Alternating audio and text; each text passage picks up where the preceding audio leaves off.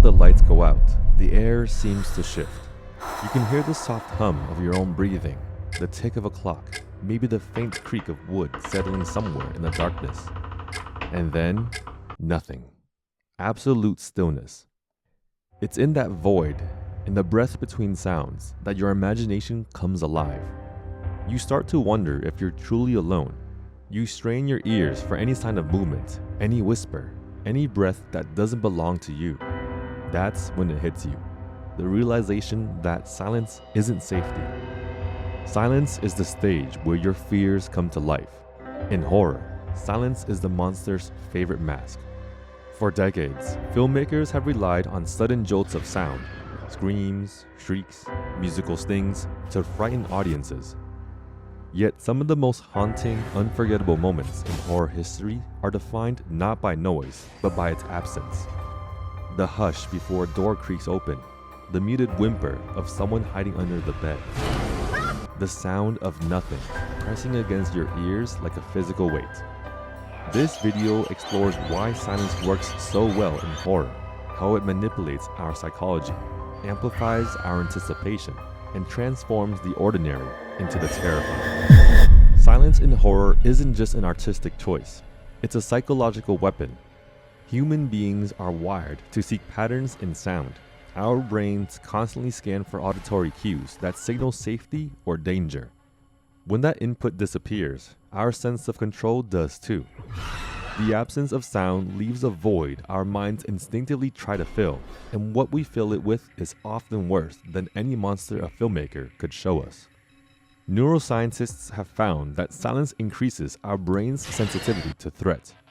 In a 2016 study, researchers discovered that when people are placed in near total silence, their brains become hyperactive in regions associated with vigilance and anxiety.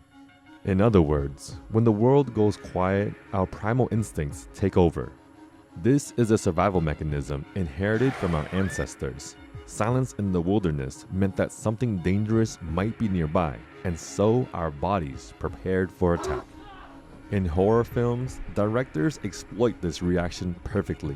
They pull away all sound, no dialogue, no score, sometimes not even ambient noise, and leave the audience in that heightened, vulnerable state. Our fight or flight response kicks in, even though we're sitting safely in the darkened theater. We lean forward, straining for any sound that might break the tension. And then, when it finally comes, a footstep, a whisper, a soft exhale, it lands like thunder. One of the greatest powers of silence is that it builds anticipation. Horror thrives on what might happen rather than what does happen. When the soundtrack drops out, we're conditioned to expect a scare.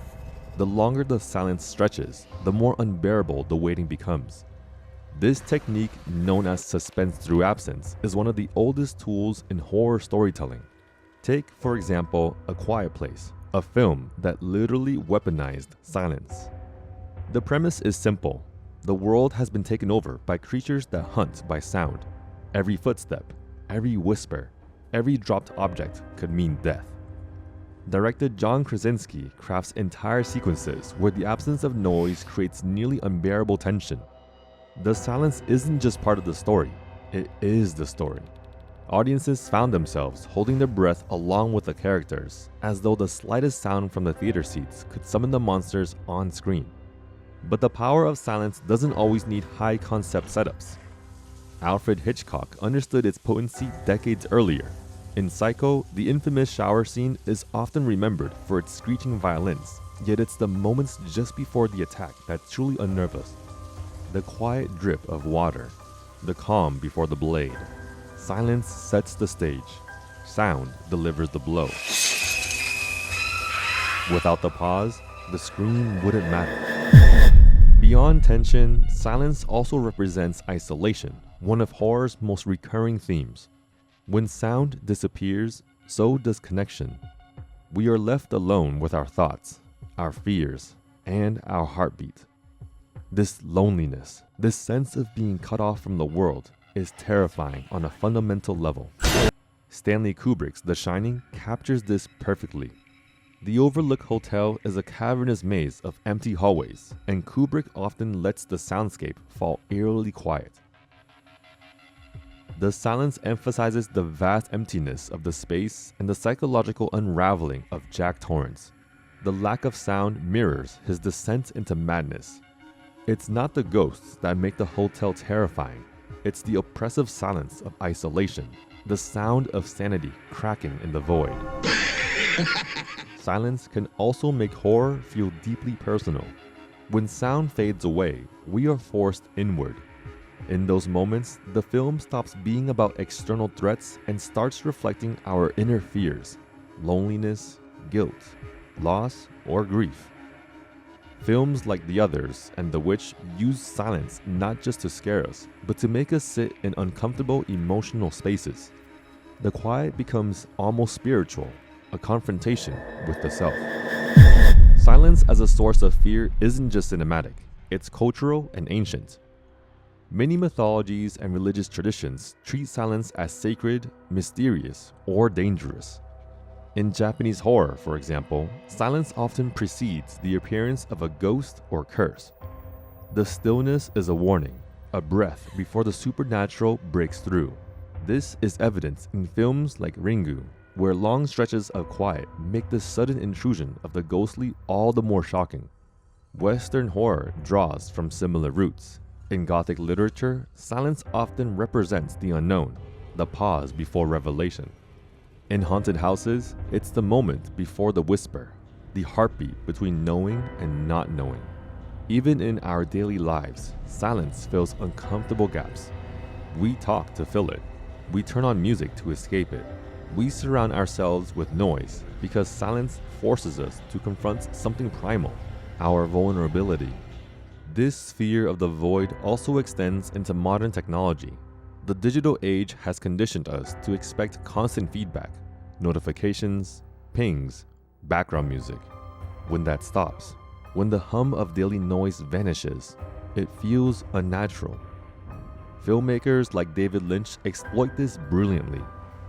In Twin Peaks' Fire Walk With Me and Mulholland Drive, Lynch uses sudden drops in sound to create a kind of sonic vertigo, a reminder that silence can be more alienating than any scream. There's another reason silence unsettles us. It's often associated with the supernatural. In horror, ghosts and demons rarely announce themselves with fanfare. They arrive in whispers, in the stillness of night. The idea that something can exist without making sound defies our sensory expectations. When the natural soundscape is disrupted, or worse, when it disappears, we feel that something otherworldly has entered the scene. In The Conjuring, director James Wan masterfully uses silence as a precursor to supernatural activity.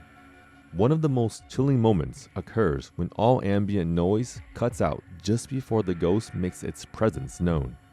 That sudden absence of sound tells the audience that reality has shifted. The silence becomes a signal, a cue that something unnatural is watching. Similarly, in Paranormal Activity, much of the horror happens in eerie, soundless stretches of night. The viewer's attention is drawn to the smallest disturbances, a door moving slightly, a sheet rustling. The silence turns the mundane into the monstrous. When the demon finally strikes, it feels not like an arrival, but a breaking of unbearable quiet. In recent years, horror has evolved toward minimalism.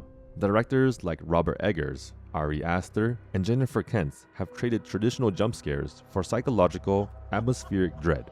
Their films, The Witch, Hereditary, The Babadook, use silence as a key component of their storytelling. These are not films that bombard audiences with sound. They suffocate them with quiet. This new wave of quiet horror reflects a shift in audience expectations.